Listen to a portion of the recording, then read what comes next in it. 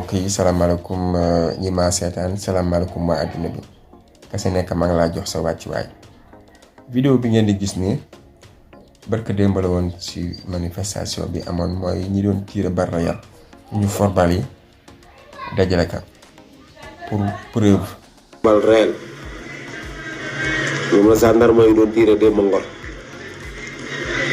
yéen a ko gisal seen bopp si cartouche bi lañ ko fekk. gis ngeen ay bal réel gis ngeen lii dafa chargé nii. sànni mu ngi nii jox ma yàggee ba réel man aw ma bal xale yaa ngi ko yor kii li mu sànni dañ ko ramassé def ko seen po Sénégal ñoom.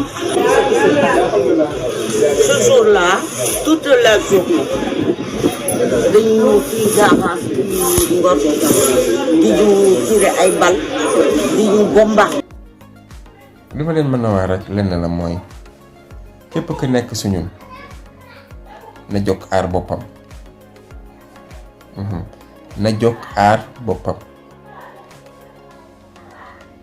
ka mën a ut tul wutal tul takkaka te nga protéger sa bopp